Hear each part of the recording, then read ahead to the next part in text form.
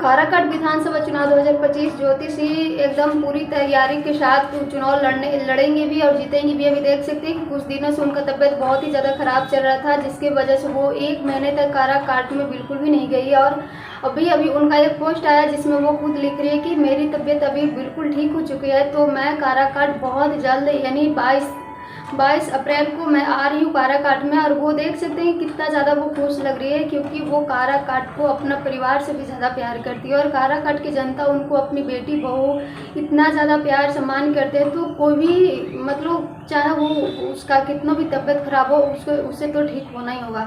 नमस्कार दोस्तों, राधे राधे। है वो आप सब अच्छे होंगे, मस्त होंगे, स्वस्थ होंगे। अगर चैनल पर नया है तो चैनल सब्सक्राइब करके एक प्यारा सा लाइक में ज़रूर करें।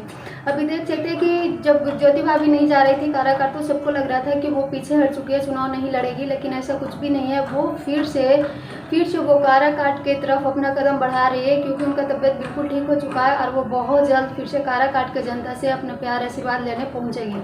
वैसे आप लोग देख सकते हैं कि ज्योति सिंह काराकाट ये विधानसभा चुनाव लेकर के बहुत ही ज़्यादा खुश होती है, क्योंकि उनका हर एक तकलीफ का दवा सिर्फ और सिर्फ ये चुनाव है। तो आप लोग ऐसे ही उनको सपोर्ट कीजिए।